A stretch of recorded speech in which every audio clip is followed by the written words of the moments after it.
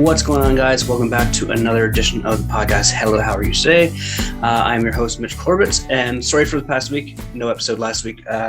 Things have just been busy in my life, so I took a little breather to kind of unwind a little bit and relax from the podcast world. That being said, as always, we have a great guest for you today. He's no one that does anything.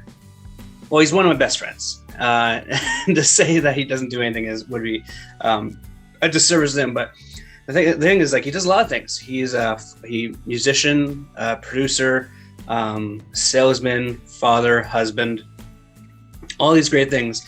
And he recently made the decision to get sober. And my guest today is my friend Phil. He during the pandemic, I guess some stuff happened in his life that he decided that he made the decision to become sober. And so, as a friend that still drinks alcohol, I kind of want to have a conversation with him about how he came up with that decision, how it's working out for him so far. We talk a little bit about AAA. We talk about his podcast he did, the Stoner's POV, with our buddies Brett and Terrell, and how that's kind of on hold because if you're sober, you can't really smoke weed and watch movies and do a podcast based off that sort of thing. So it's a really cool conversation. He's very open about his decision to become sober, and I think that's a great conversation to have. So let's get to the conversation with my friend Phil.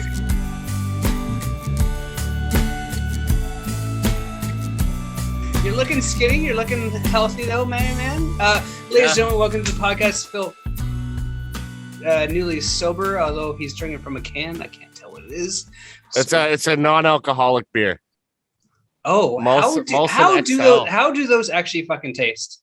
Well, if you want a beer, but when you drink beer and you fuck your life up, these taste pretty good without the side effects of fucking your life up. So yeah, so it's pretty cool, man. So let's fucking dive into it, you professional-looking bastard with your mic and your beer, your audio equipment. I love you, but I also hate you because you just became sober. But I actually don't hate you. What was the decision between getting sober? Like, you mentioned that alcohol was fucking your life up, so like, kind of giving an idea of what happened there, bro. Yeah, well, truth be told, I come from a long line of alcoholics, right? And it was just something that needed to happen. When I drink, there's no having a beer or two with the boys for me. Maybe I would have a beer or two with you, but then I'd go home, and probably on my way home, I'd stop at the beer store. Pardon me, and just keep drinking until there was none left, and I had no means to get any more.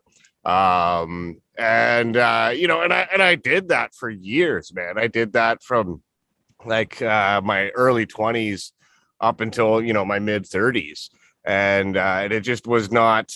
When you're in your 20s, you can do that and bounce back, but the repercussions just keep building and building and building, and it was affecting my health, both mentally and physically.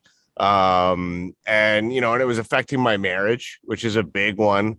And most importantly, it was affecting my ability to be a present father for my daughter. Like, how present can you really be when you're a fucking zombie for 3/4 of the day, and, so it was something that needed to happen. And,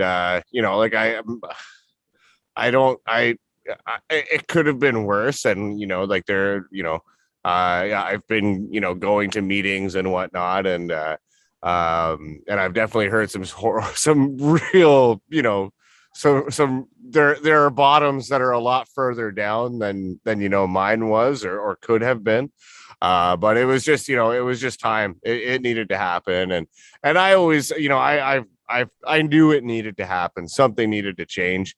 Because, it was just finding new lows, man. And the impact it had on my mental health, and even without realizing it, until, now a few months into sobriety, it wasn't allowing me to be the person that that I strive to be or that I wanted to be. And I really feel like it was blocking my ability to not only give but to receive love, which is a weird way to put it. But I just honestly, my life has been better in like every conceivable way since quitting drinking. So yeah, so if you have any questions that didn't cover, I'm an open book in that regard. But yeah, well, so it's yeah, no, I mean, like, I do have questions because, like, I know you as a guy that I would go and have drinks with most of the time when I lived in Hamilton, sort of thing. Like, oh you yeah. kind of saved me actually when I lived in Hamilton because I met you at a bar Mm-hmm. and we had drinks. Yep. And I was like, oh, Phil. And like, we just kind of reconnected that way. Yep. And like, you're also like, I mean, you are, like you said, you're a new father Yep. and fairly new marriage too. I mean, you guys are like 2 years, 3 years now. Oh God, no! I think we're like No, into marriage, not in the, yeah, relationship. no, I know in the marriage. I think we're like 5 years. Fuck, No, it's not. It's Mandy. not I'm 5 years. sorry. It's not. It's like like three like or four. or I 5 remember years. going to your Yeah. wedding. I remember like leaving your wedding like blackout drunk kind of thing. Uber was a great thing to Yeah. me. Um, But yeah. Well, and hey, I don't know if you saw the post on social media. About to be a new father again. In March, got another baby on the way. oh, geez, shit, boy! Congratulations on that one. Yes, sir. Yes, Do you guys sir. know the sex yet or no? No, we just we found out a little bit late, so we're the last ultrasound we got was 12 and a half weeks. So you can't tell the gender yet. They're just a little So what you're saying is that you quit alcohol and the sex drive goes right up through the roof. quit booze, started fucking. Yep, that's pretty much how it went. So like I mean, said, like, a lot of positive aspects. so like when you told me that you quit drinking, I wanted to have a conversation with you because like I want to make sure you weren't quitting drinking because like someone wasn't making you quit drinking, right? Because I feel like that's always like a whenever someone makes you do something that you don't want to do, sort of thing. But it kind of sounds like it was your decision. So like, what was that scenario where like it made you? It kind of dawned on you to kind of kick that habit of drinking. Yeah, man. Well, like me and the wife went through a pretty, rough patch, and I left the house for a while, and it fucking sucked, man. And like, and I was going out, I was drinking with the boys and stuff, and like, bro, I couldn't shit for like 4 days because I was so stressed out. I was like, I was all blocked up in there, and let me tell you, when you've got like when you can't poop and then you're drinking, and then so you've got actual booze shits trapped inside of you. It's just you're literally carrying around that reminder inside of you that like, this isn't a way to live, man. This isn't a way to live. And I finally got the poop out. It came about the circumference of this pop can here.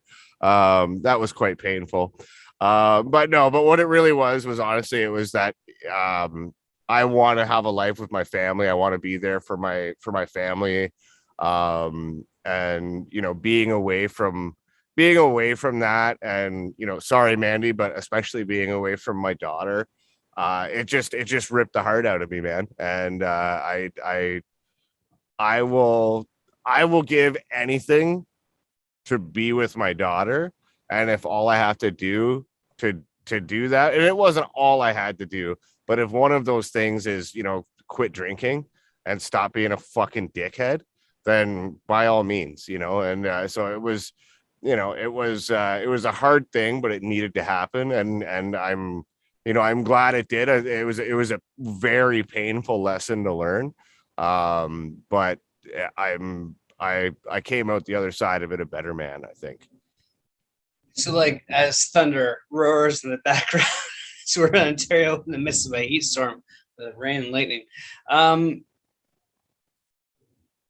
So like,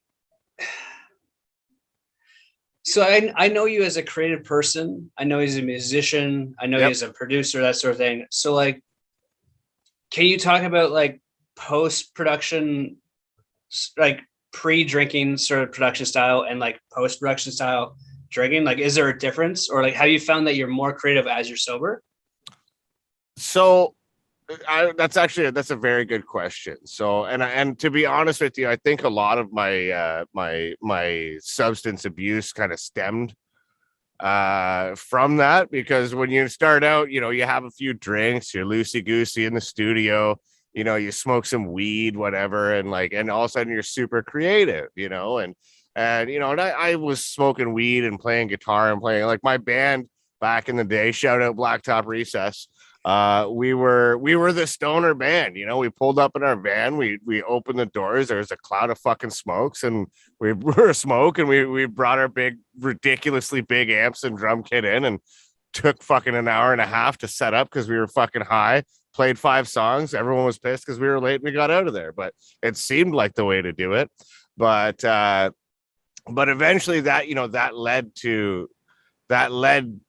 to excess, in my instance, right? And so in, like, because as a vocalist, I always found, a couple of beers in the studio was great, and Well, I mean, and it still to your is. point though, like, like, just to kind of cut in a little bit, like I can't do a comedy set without having like 1 or 2 beers, just kind of loosen Yeah, myself up. So I mean, I 100% understand what you're going through in terms of, like, yeah, you kind of yeah. want to So loosen up, like, not just mentally, but physically, just kind of like, you kind of get the nerves out when you have a mhm. drink or two, sort of thing. It then, it does tend to go excess after your set or whatever the Yeah, fuck it well, is.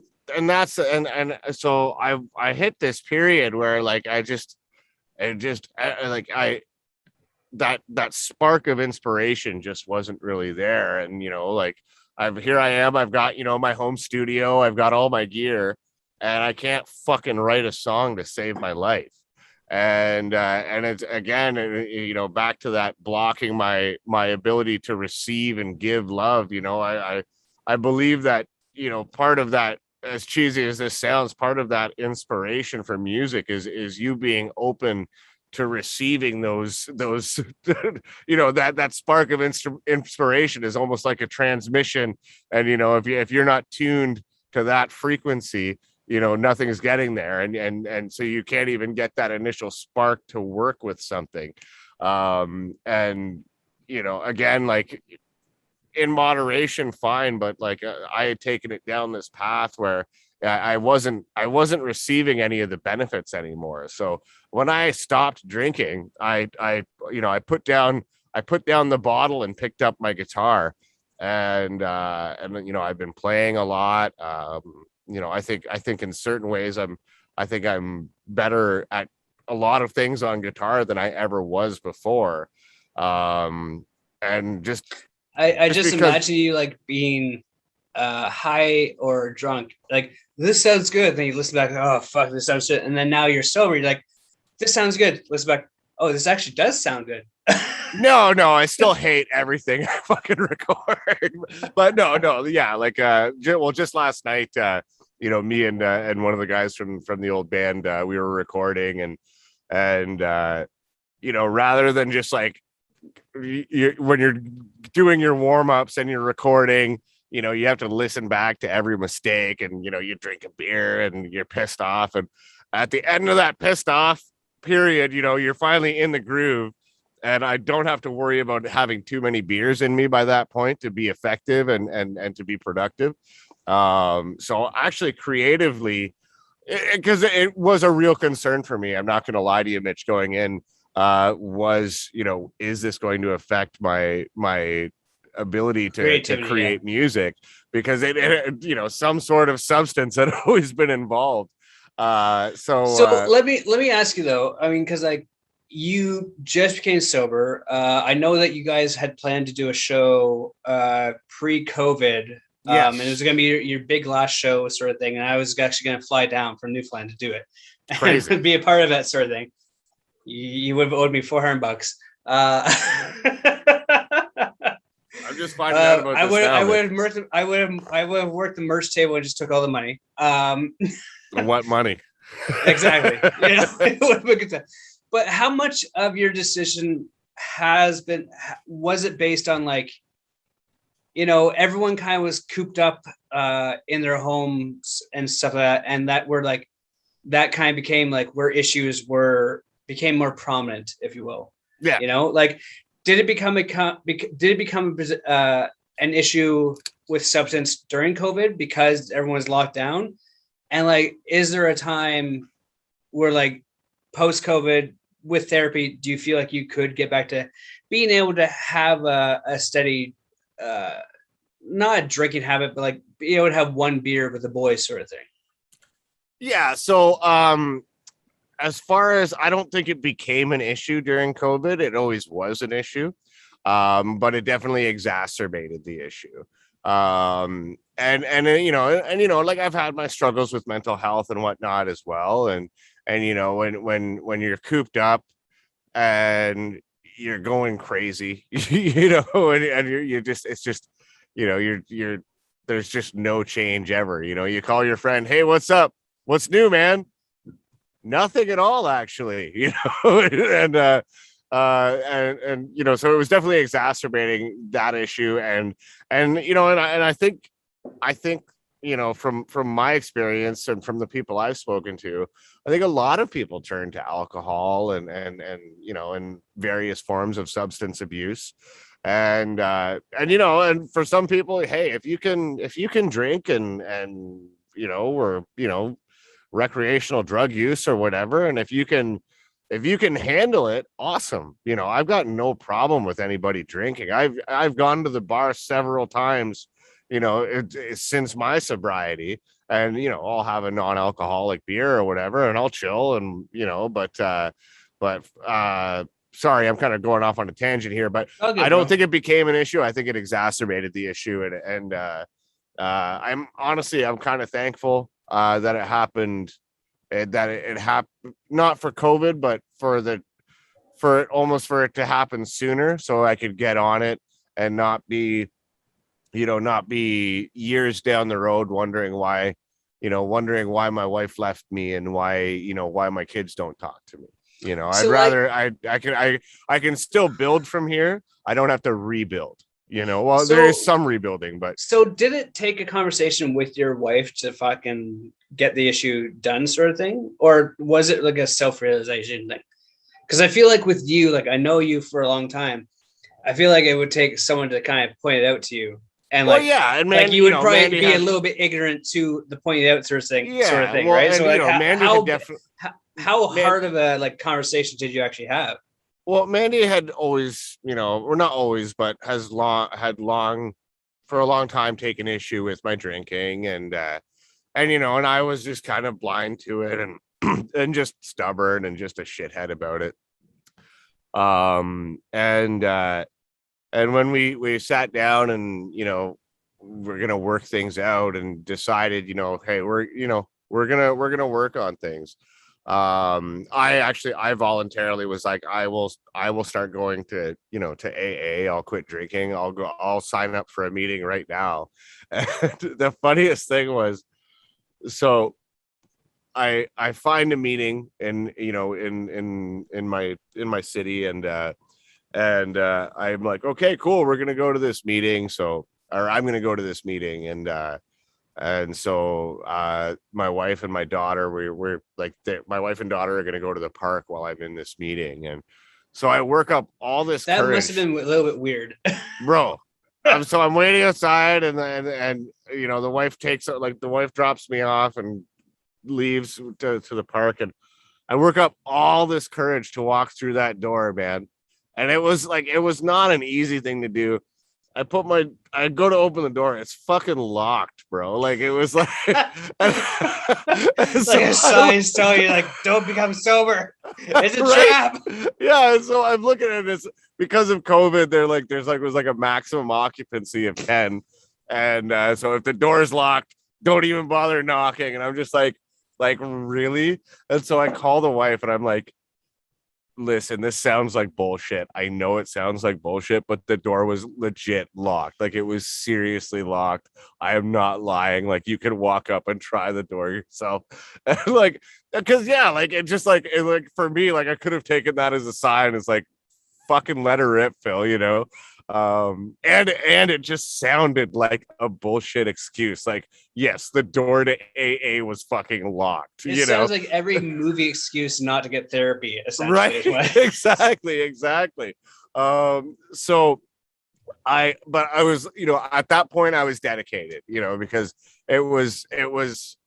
this wasn't about me just doing AA. It was about me just not letting my life implode, and just actually for once taking action, and instead of talking about being that better person or aspiring to be a better person, to actually put in the work. And so I did some research, and there's actually quite a large community here on Zoom, of AA meetings. And so I started. I found one that day when I got home, and I was going every day to meetings, sometimes multiple times a day, and I did that for a long time. And I'm not the AA poster boy. I haven't worked my steps. I honestly don't know if I will. I still want to attend meetings. I haven't been attending them every day. I'm in a good place with it. I'm not saying I've got this or whatever, but it was definitely a huge help for me. And I one thing I do want to say is, if you're listening to this or watching this, and if you've ever thought that you have a problem, or that maybe you should, you need to stop, check out, like, there's Zoom meetings on that where you can get help, and it's fucking awesome. And it's not all just depressing. Like, you're in a room with a bunch of fucking drunks telling stories about Former the crazy drunks. shit you did. No, not former drunks. You're in a room with a bunch of fucking drunks, and might not be drunk right then, but you're in a room full of alcoholics, and you can just sit there and listen. You can share. I bought this fancy new mic, and the first thing I used it for was to get on Zoom and say, "Hi, everybody. I'm Phil. I'm an alcoholic." But taking me to that moment though, like, how cathartic was that moment, just saying that sentence? Oh, I cried, and you know what? And it's funny because You pussy. When you're in these, I'm kidding. I'm kidding. That's a total joke, everyone. Yeah. I'm fucking with my friend Phil. No, you know what? Well, yeah, Mitch and I go way back, but when you're in these meetings, everyone cries their first time sharing, and I was certainly no exception to work up that courage to actually say it, though. I mean, like, that's gotta take. Like, did you do it at your first meeting? Because I know I did. Just from watching, say, it's shitty to say, but TV and film, like, it seems like it takes like 1-2 meetings to kind of work up to that point where you actually are honest with yourself. For a lot of people, yes, but like, for me, I wanted to just dive in both feet. I didn't want to half-ass it. I didn't want to put myself on, like, I didn't want to separate myself from the crowd and kind of act like, like, these are alcoholics. I'm not one of these people. Because I had been, my life had gotten to a point where I couldn't say that, because I am one of those people.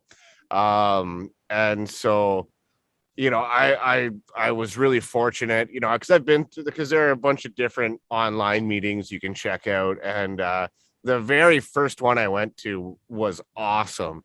And I would go, I still talk to people from those meetings and stuff. I made some very good friends in those meetings. But I wanted to share right away because I wanted to just get right in with the mix and just, be one of the people instead of just an observer. And right away I met the guy who would become my sponsor. It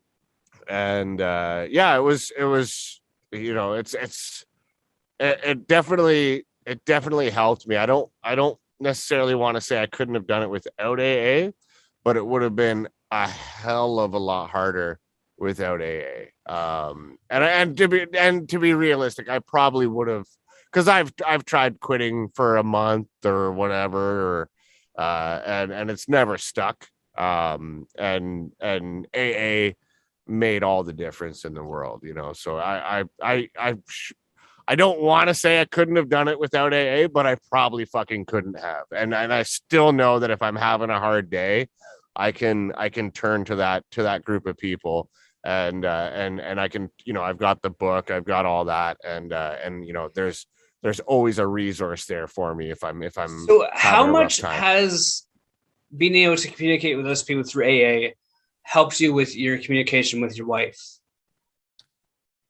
You know, it's helped quite a bit. Like if you're having a moment and there's no one available with AA, are you able to like communicate those needs with Mandy at all, or? Yeah, I can, yes. There's, you know, there's a saying in AA which is very true, and it's that, you know, nobody can. Now I can't remember these, so I'm paraphrasing here, but nobody can relate to an alcoholic but another alcoholic. So it's Which she is not. definitely not. No, she's not, right? But you know what? She's. I can. It's not that I can't talk to her about it. I definitely can. But the fact of the matter is that there's always a meeting going on. Like literally 24 hours a day, 7 days a week. There are meetings you can attend to. There's, you know, I've got the physical copy of the big book. I've got it right there, the big book. I've got the ebook. You know, I've got no excuse, and at the very least, and you know, I'm not a religious person, but at the very least, I do have a higher power, and that's the universe. And at the very least, you know, any time of the day, I can always bow my head or get on my knees and say a quick prayer. And you know, as a non-religious person and somebody who fucking hates religion, I've come to the realization that there's a certain release to that, and that surrender can be a beautiful thing, rather than No, just trying to bear the weight of all your problems to let it go. so I'm totally on the same page with you in terms of like, you know, having a higher power. I'm with you. I don't want to call it a religion or a belief in one certain entity as we do sort of thing. But you know, it is always good to like pray to like a because I do believe in a higher power. Obviously, I mean, there's some things that happen in life that you just cannot explain, sort of thing, right? Yeah. And speaking of that, I mean, like, was that like an influence into you, like the higher power thing? Like, was there in a moment in time where you kind of felt like, oh, this is the moment I need to become sober? And maybe not to put words in your mouth, but like, was it like the birth of your daughter? I wouldn't say it was the birth of my daughter. No. I would say that, like, I know that sounds bad, but like, No, it doesn't sound I'm just gonna bad. It tell it like sounds it is, man. Phil, it Like, sounds human, is what it you know, is. you Okay, go from like one day being you're a like fucking human being. just like a dude, you know, just a dude. You know, you just want to fucking do guy shit, you know, play video games, drink beer, fucking shred the gnar, you know, and then all of a sudden it's like, holy shit, I've got this human that, you know, just depends on me and, you know, and my wife to exist. And the higher power thing, that still wasn't there. That came after I started AA, to be quite honest with you, because I really had to kind of develop the understanding of what a higher power meant to me, and realizing that higher power doesn't have to be necessarily a spiritual thing. It just has to be whatever to you is greater than yourself and beyond your understanding. Like my higher power, you know, I don't say God. I did at first when I was trying to figure out how to define it. To me now it's the universe. It's literally just the universe. I don't understand it.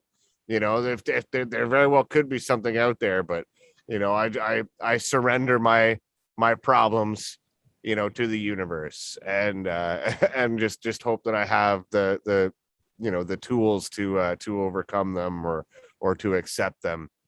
I just imagine you in your studio be like, doodaloo, doodaloo, doodaloo, doodaloo.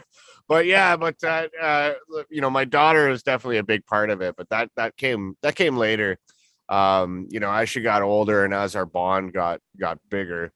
It's not to say that, like, I don't know, it's weird, man. It's weird when you have a kid. It's for a lot of men in particular, dads have this, and it's not something that's really discussed, but it's that bond is there with the mom immediately, because they were in the same body for for 9 months, and that bond isn't there, and it's not that you don't love them, it's just that bond, you don't understand it and they don't understand it. And like me and my daughter, we're homies, we're tight as fuck, and I love my daughter. I will kill anyone and anything for my daughter if I have to. Don't get me wrong, but yeah, mind your P's and Q's, Mitch. But I'm coming for you. But yeah, so it wasn't like this profound, like, chorus of angels. It wasn't like singing. It wasn't like an angelical sort of thing. Yeah, right? it was a gradual thing. But I look at my daughter now, and I'm just like these galaxies behind your eyes, like like you're the most beautiful thing I've ever seen. And like, how did I have a part in that? Like, there's Truly, something higher at work, because if it was just like, if it was half me, half Mandy, and that was it, like, it'd be half beautiful and half, this fucking guy, right? So it just, I don't know. It's a weird thing, but I don't even know. I'm kind of rambling at this point, Mitch. So like, we talked about how it kind of like you're more creative now, but before your sobriety, you were doing the Stoner POV, right? With Stoners POV, yep. Podcast, and that kind of seems gone to the wayside because of your sobriety. I'm not gonna say. Is that something you want to like tackle creatively as a solo person, or is that something that you could only do as, well, I mean, obviously Stoner POV, like, you can only do it when you're like, what level of sobriety are you? Like, can you still smoke some weed and like do the podcast, or can you not smoke weed and not drink? Right. I mean, like, because I feel like with me particularly, like, if I drink some beers, I need to have cigarettes. And that's my biggest problem, is like quitting smoking cigarettes sort of thing.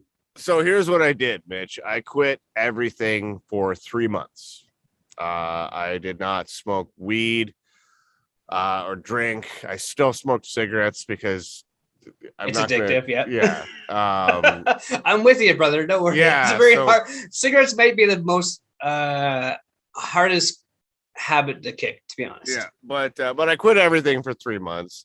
I'm not gonna lie and say, I don't smoke weed anymore, because I do, and I love it. My tolerance is fucking completely gone now, which is both a blessing and a curse. But I wanted to just go into it naked, and like when I say I quit everything, I quit my antidepressants. I quit everything. Doesn't sound healthy there, my friend. I went.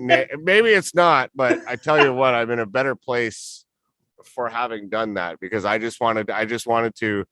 wanted to experience, be born naked and build from there. Did you just do some ayahuasca or DMT? No, like, man, run into the woods sort of thing. Like, Mandy, I'll be back in like 3 days. So fucking need to figure out some shit.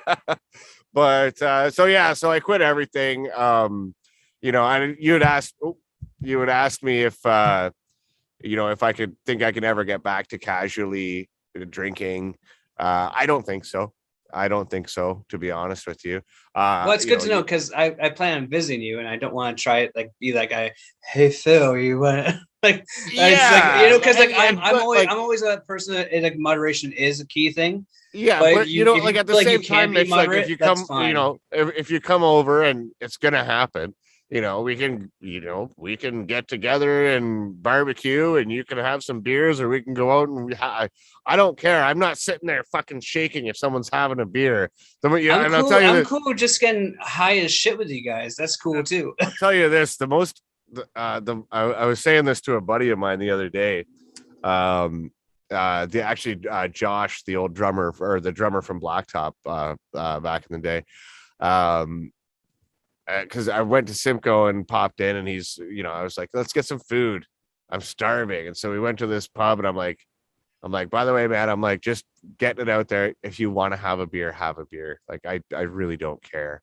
And he's like, oh, are you sure? And I'm like, Josh, this is what I'm going to say. The most annoying thing about being sober, for me anyways, is not that I can't drink, because I can if I want to. I just don't. Is people being like, oh, or like, are you sure? Like, I don't want to make you feel awkward, man. Like, is it okay? Like, I'm sorry. I didn't think. And it's like, no, so fuck off. I wanted to ask you about that. Like, how, like, being newly sober and being friends with myself and like Brett and Terrell and Mike, and like having people that you have relationships where like those relationships are kind of built like with like going out to the pub and having a drink or two. Like, it's it's gotta be so, like, because I know us and I know our friend group. I mean, like, we're okay, but I mean, for someone just like, it's gotta be kind of strange. We're like, I'm trying to make up words in my mouth right now, but like, it's okay to be sober and and be around people that drink, right? Like, I feel like the worst thing they can do around a sober person is pretend like they're not sober. If that makes sense. Yeah, well, like, like if I were around you, I'd be like, oh, I'm gonna have a beer. Phil, go fuck yourself. You're not allowed to have a drink. I would stop you if you said, hey, can I have a beer? I'm like, Phil, no, naughty, no. Yeah. I don't know. Like, I don't think it's, the thing is that, like, it's not your duty or anyone else's duty to keep me sober. I would disagree with that, because I feel like as a friend, like that's well, no, and that's fine. But what I'm saying is, like, the fact of the matter is, like, I was analyzing it a while ago. Like, let's say I was allergic to shellfish. I'm not gonna be like, you know what? Nobody can fucking have shellfish. If you're my friend and you're gonna have fucking shrimp around me, like, what the, like, Phil, an like, allergy is different than an addiction. Like, you can't compare the two things. Well, no, but it's funny because if you look at allergy, if you read AA, it actually goes into, why alcohol addiction should be treated as an allergy or looked at as an allergy. And there's some really good points. Oh, I did not know this. But yeah, can you explain that a little bit more? How? To be honest with you, if I did it, I would do such a shit job of it. But basically, like, there's even people in the medical community who say it almost is like an allergy, because it's to do with like the detrimental effects it has on certain people's health and on their psyche and on their lives. That it's almost like it's maybe not necessarily like a physical allergy, but like an allergy that manifests its symptoms mentally. And I don't know. I if I had it in front of me, I could break it down better. But what you're saying is that, like, if shellfish allergy and a way that someone say, hey, don't do that, would be similar to like saying someone who wants to have a drink, say, don't do that. Right. They're the same effect. It's a negative effect on the body. Yeah, but the thing is and I see a lot of this in society at large today.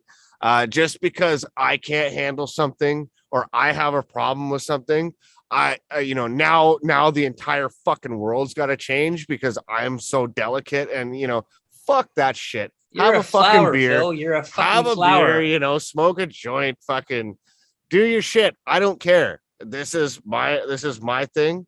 I don't expect you to have to change your life to adapt to what makes me feel comfortable. But at the same time, what makes me feel comfortable is, my friends having a good time and everybody else feeling comfortable. So, plus, you by can all also means, have like, a beer. Plus, like you said, you can still have beer, just non-alcoholic beer, which is what you're having right now. Well, and that's the thing. And, people are always like, oh, nobody drinks for the taste. I love a good beer. Same, an ice cold beer straight from the fridge. Yeah. And I was nervous about it when I first had one, because I was like, oh, like, is this going to be like my downfall? And a lot of recovering alcoholics, they can't have it, and I can totally understand why.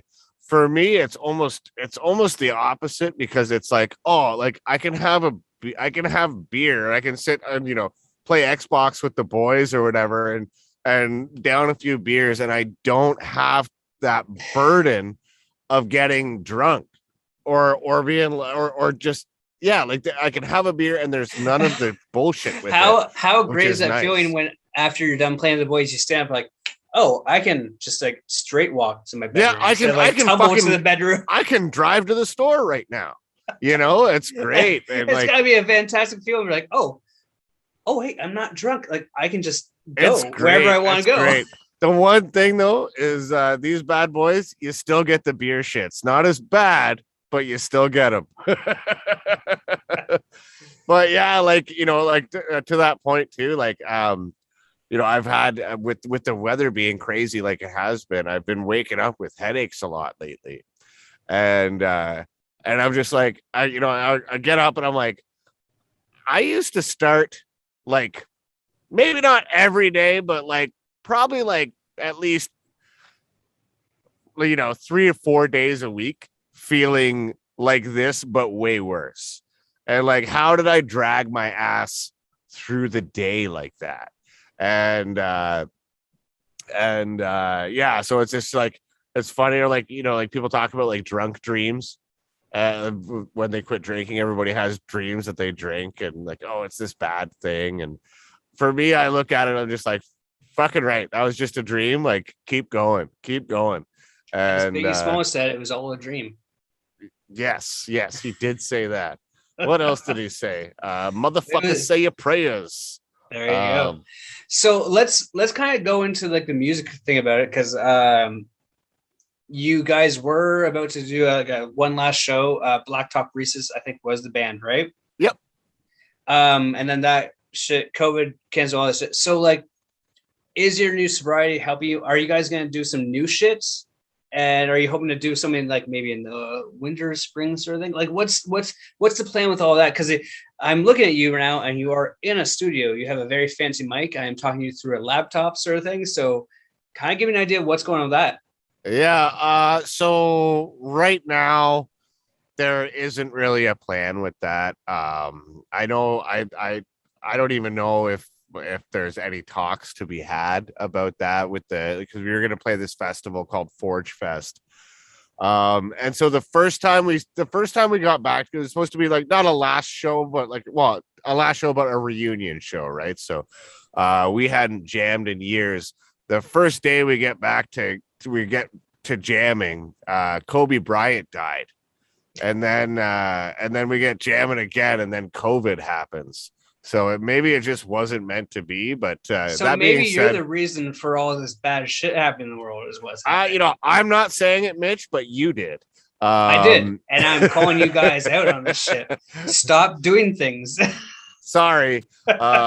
So we actually, there have been some things in the works as far as the studio, because I guess a few of us have studio setups now, and with how far recording technologies come and whatnot, it's so easy to collaborate online and everything. And Brett and I live in the same city, so we get together and jam quite often. I don't know if it's ever going to see the light of day or what's going to happen with it, but just last night I was over at Brett's and laying down some guitar tracks for some old Blacktop stuff that we never properly recorded anyways. So how cool is it to, like, I mean, obviously, like you take one substance away, which is alcohol. You still smoke a little bit of weed, but how cool is it to take that one substance out and then focus it more on the creative side in terms of music and like being able to like maybe create better and more stuff? Oh, it's rad, man. It's awesome. It's like, because I mean, not everyone can do that, right? it reminds me of it takes me back to like when I first started playing. Except I just have way nicer shit because I have money now, not much, but some. Um, but yeah, it's awesome, man. It's such a good feeling to like to just like to rediscover your love for something and to rediscover your ability to do something that you kind of thought you lost it, you know, but it's not that you lost it. It was always there. It was just, there was a bunch of bullshit clogging up the works, you know? So, so that is nice. Definitely nice. Yeah, it's awesome.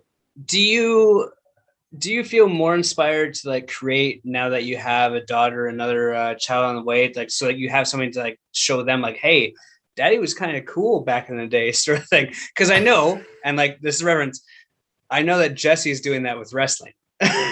Yeah. Jesse's my brother-in-law, by the way. Oh, Tiberius King, look at here. Yeah. Let's just dox everyone. No, yeah, but exactly.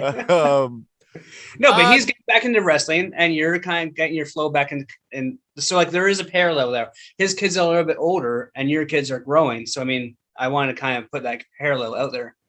Well, I want to encourage my kids to get into music. And my daughter is already demonstrating quite the affinity for it, which is awesome because she's like, 16 months old. And thank God my ukulele is a plastic one because that thing is indestructible. Thank you, Makala. What is it? The Makala Waterman. If you're looking for a kid-proof ukulele, get one of them shits. They're like $40 and they're indestructible. But for me, honestly, and this might sound a little bit contrived, but music for me was never for anybody else. That was kind of a byproduct of it. For me, music is just something that I need. It's like what, like this is gonna sound super fucking pretentious, but I heard BJ Penn once. He's saying, fish swim, birds fly, I fight. Like that's just the way it is, and that's just kind of how music always was for me. It's just something I need to have in my life, and when I don't, shit gets bad. so it kind of seems like it's a form of therapy for you, and 100%. And it kind of like knowing your personality. I mean, you are the type that wants to give back. So like, is that something that you might want to venture into? Is like giving like music lessons as a form of therapy for people that are in AA or sort of thing? Is that something that you might want to do? Or is that something you've ever even thought of? That's so it's never even crossed my mind, and at this point, I'm so early in my own journey with it that I can't even really be thinking about doing that. Maybe years down the road. Is this something that you'd be open to though? Because I feel like you'd be the perfect person to like kind of like open that avenue. Because I feel like a lot of people who quit drinking are missing like that kind of like that snap of the fingers, that sort of thing to kind of connect them to reality. I feel like music is kind of one of those things that could be do it. Perhaps it could be. I'm not going to say, I guess I'd be open to anything at this point, but it's not something I've really thought about. But but that being said, I've been very open with people about but with my struggles with mental health and with my sobriety and that was I hid that from a lot of people when I was in the throes of the addiction. But my sobriety is something that I want to, I don't want it to be a defining thing for me, but I also don't want it to be something that, nobody can ask about. And there have been, I've talked to a few people about it, about, not that I come to them, but if somebody's, talking to me about, they think maybe they should try it, I'm more than happy to help point them in the right direction. But as far as counseling and and helping people in their recovery. Beyond that, beyond just being there with them doing it, is, I'm not in a state where I could. talking about counseling. I'm not talking about like being like the go-to guy. I'm talking about like being that that branch on the tree that helps a person like kind of like help them to get to that root sort of thing. And if I can be that person, if I'm, if it's the right thing, for that person, yeah, 100%. I'd love. And just speaking with knowing you, I feel like that, in a sense, would actually help with you with your recovery, because I know how creative you are. I know that you like collaborating with other people, and I feel like that would, in my as a friend to you, I feel like that would help you and help someone else, and they're so just it's a circle effect of like helping everyone sort of thing. You know what I mean? Yeah. So I would maybe encourage you to try and maybe look into that sort of thing, because I mean, you need someone to fill your time. Yeah, well, trust me, bro. I got plenty to fill my time right now. Holy exactly, shit. Right? So I mean, got, maybe when the kids are in college, if I have any money left. But that's interesting, Mitch. I've never, I haven't even had a thought approaching that, but that is definitely very interesting. I don't know what something like that would look like, but yeah, that's well, what it looks like is you at an AA meeting, and someone's like, I have struggled with creativity. He's like, hey, come jam with me, and then you fucking help them that way. Yeah, I suppose. Essentially, what it looks like, it's just being open to the idea of like, creativity and helping someone fill a spot that alcohol would normally fill, sort of thing. Mm-hmm. And my name is Phil. Pardon? 1 second. My name is Phil. Yeah.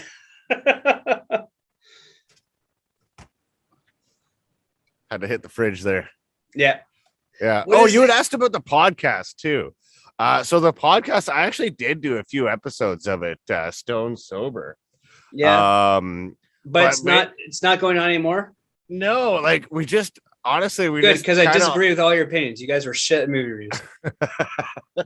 But Terrell, to be honest, hey, The Weeknd, by the way, did this sound what was happening? The thing is, like, we would kind of end up like all being kind of pissed off at each other.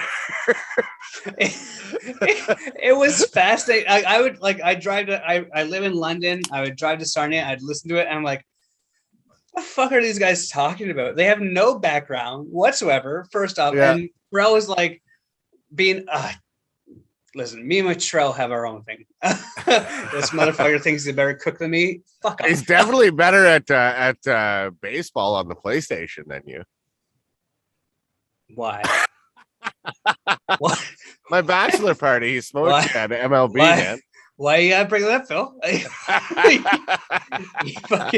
you want to bring up the fact that the boat broke down? You had to fucking get an escort down to the fucking. So my bachelor party. No, we don't need to talk about it. Rescued by the fucking Coast Guard. We were at Mitch's cottage. And do you remember how you had to get your friend? Was it not Terrell? From the kid with the bag full of mushrooms.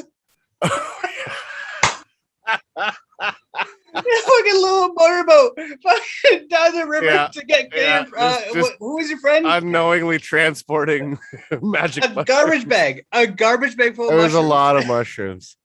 Oh man. But yeah, that is actually still to this day is one of my biggest regrets, is because like you guys are like, come on, do mushrooms, Mitch. I'm like, no, I can't. I said, I promised my brother that I'd do it for his bachelor weekend. And the motherfucker didn't bring mushrooms. And so I missed out on my chance. I was like, you fucking piece of shit, motherfucker. But yeah, so Mitch had this cottage, and it was on this like man-made island. And it was the Fawn Island, just off of Sarnia. Yeah, and so like the body of water is separating like Michigan and Ontario. And we're going to get food and booze and You're shit. You're gonna recite the story. And right, Mitch's fucking boat just breaks down. It just won't go anywhere. And we're stranded on the water. None of us have our passports and stuff. So thank goodness the current carried us to the Canadian side of the water. And yeah, we had to track down the fucking Coast Guard and get them to no, you had to go and drive down to the Coast Guard, and then you came on the boat like a fucking badass bitch. Like, hey, look at me. That was your like prime bachelor party photograph. Like, you were the Coast Guard. You know what though? But that's odd. Like people that are there. Like, I don't know how many times like it's happened. Like this guy. The Coast Guard literally had to save us at his bachelor party. I'm like, fuck yeah, they did. Fuck yeah. So yeah, I might not drink anymore, but I got some stories. My man, it's been so good to catch up with you. Do you have any music going on? Do you have any podcasts going on or anything that you like to promote? You know what? Honestly, right now, not really. I've been producing some music myself under the name Tired all the time. I've got like no presence online and right now, which is awesome. You know, I'm thinking about starting another podcast, but right now I'm just doing dad shit, man. I'm so busy doing dad shit that I'm either dadding or I'm sleeping. So. You mentioned that you did AA meetings online. Is there like a link that people can go to that you might suggest or anything? Yes. So if you go to aa.org, let me just see, aa.org. Basically, if you just go to aa.org, you can find, you know, there's a ton of resources on there. You can find the big book, the Alcoholics Anonymous Big Book. You can get it for free, a PDF version. You can get used copies for dirt cheap. There's just so many resources out there, and I you know, if I want to, you know, leave, you know, your listener, see what I did there, with something, you know, if you feel like you might have a problem, first off, you do, and it's that you listen to Mitch's podcast. And second, if it's drinking or substance abuse, just check out AA. It feels like it's got this huge stigma around it, and you know, it's going to be this big, sad, depressing thing. And you know, in my experience, I've definitely, you know, I've laughed a lot more than I cried in AA, and made some really good friends in my experience there. So, you know, just you got to take that first step. Yeah. Phil, thank you so much for being on the podcast. If people actually want to reach out to you, how can they actually reach out to you personally if they want to like get some advice from you? You can't. No, I don't know, man. Reach out to Mitch or something, and you'll be my middleman. I'm not about to put my email and shit out there. At NeverFullMitchy on Instagram and Twitter. Reach out to me. I'll connect you with Phil. Bro, I love you. I'm so glad you found some peace and happiness in your life with being sober and everything. I will try my best not to convince you to come to the dark side again. No worries, buddy. Love you too, brother. I hope you guys enjoyed that conversation with Phil. If you guys are, I know this lockdown or this pandemic has been really hard for anyone. Well, everyone, but anyone that has like substance abuse issues. You know, there's no shame in finding and looking and trying to get help. So if you can, do me a solid. If you are struggling with some substance abuse issues, please reach out to Alcoholics Anonymous, AA. I know there's lots of drugs and drug counseling services around the world, not just North America, not just Canada or US. That's right. Like, there are people out there that are part of organizations that will go their way to help you if you give them a call and let them know you want help and need help. And I think that's why I wanted to have Phil here, is that he made that decision and he's working. It's going great for him. I actually have like, I don't know if we talked about it on the podcast, but he looks a lot healthier than I've ever seen him before, and he looks happy, which is, I think, the most important thing. So I hope you guys enjoyed that this week's episode of Hello, How Are You Today? We will be continuing next week with another podcast on getting some few of them canned for future episodes. So stay tuned, stay classy, and we'll see you guys next week. Cheers.